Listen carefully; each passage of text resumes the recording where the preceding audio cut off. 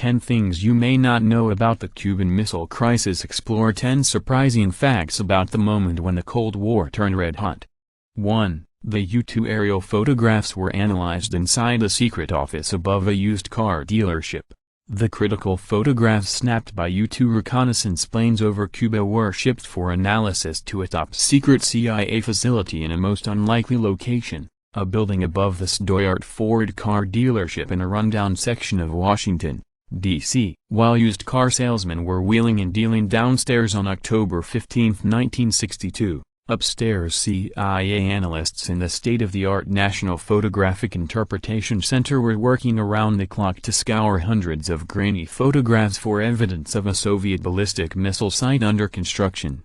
2. The Soviets relied on checkered shirts and tight quarters to sneak thousands of troops into Cuba. Beginning in the summer of 1962, the Soviets employed an elaborate ruse, codenamed Operation Onedar, to ship thousands of combat troops to Cuba. A few thousand soldiers donned checkered shirts to pose as civilian agricultural advisors. Many more were issued Arctic equipment to throw off the scent, sent aboard a fleet of 85 ships and then told to remain below the decks for the long voyage in order to go undetected. When the CIA estimated on October 20, 1962, that 6,000 to 8,000 Soviet troops were stationed in Cuba, the true number was more than 40,000. 3. To keep news of the crisis from leaking, a concocted cold was blamed for President Kennedy's cancellation of public events. To avoid arousing public concerns in the first days of a crisis, Kennedy attempted to maintain his official schedule, including a planned 7-state campaign swing in advance of midterm elections. On October 20, 1962, however, he abruptly flew back from Chicago to Washington. The president's physician fabricated a story that Kennedy's voice had been husky the night before and that he was suffering from a cold and a slight fever. While aides told the press that Kennedy would spend the rest of the day in bed, he instead engaged in 5 hours of meetings with advisors before deciding on instituting a naval blockade of Cuba. Vice President Lyndon Johnson also blamed the cold for cutting short a trip to Honolulu to return to Washington. U-2 reconnaissance photo showing evidence of missile assembly in Cuba. CIA. 4. President Kennedy's aides drafted a speech announcing a military invasion of Cuba. In a dramatic primetime address on October 22, 1962, Kennedy informed the nation of the naval blockade around Cuba. An alternative speech with a much different message had been drafted days before. However, in the event the president opted for a military strike. This morning, I reluctantly ordered the armed forces to attack and destroy the nuclear buildup in Cuba, began the address that JFK never delivered.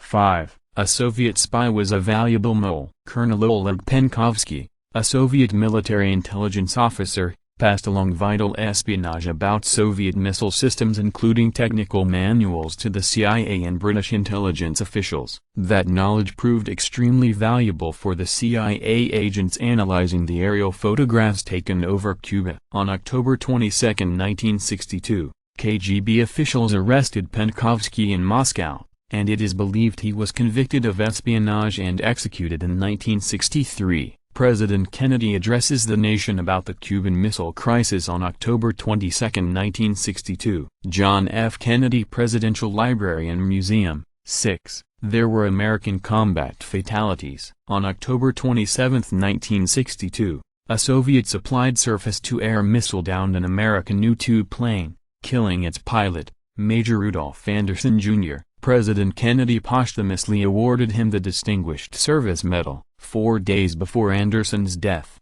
a C-135 Air Force transport bringing supplies to Guantanamo Naval Air Station on Cuba crashed on landing, killing its crew of 7.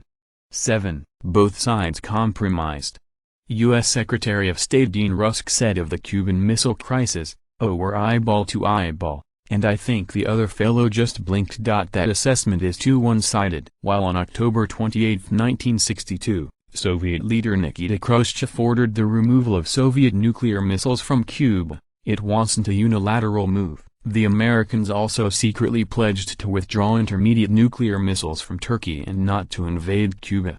8. Secret backdoor diplomacy. Rather than brinkmanship, diffused the crisis. Once Kennedy announced the blockade, the Americans and Soviets were in regular communication. The October 28 agreement was hammered out the night before in a secret meeting between Attorney General Robert F. Kennedy and Soviet Ambassador Anatoly Dobrynin. The Attorney General's outreach and offer to remove missiles from Turkey was so clandestine that only a handful of presidential advisors were aware of it at the time. Members of the Executive Committee of the National Security Council leave the White House on October 29, 1962. John F. Kennedy Presidential Library and Museum. 9. The Cuban Missile Crisis lasted more than just 13 days. Yes, it was 13 days from when Bundy showed Kennedy the incriminating U-2 photographs to Radio Moscow's announcement of Khrushchev's decision to remove the missiles, and the number has been drilled into history with Robert Kennedy's posthumous memoir 13 Days and the 2000 motion picture of the same name. But even though the world breathed a sigh of relief after the news of that 13th day, the tense situation did not suddenly abate. The U.S. military remained on its highest state of alert for 3 more weeks as it monitored the removal of the missiles.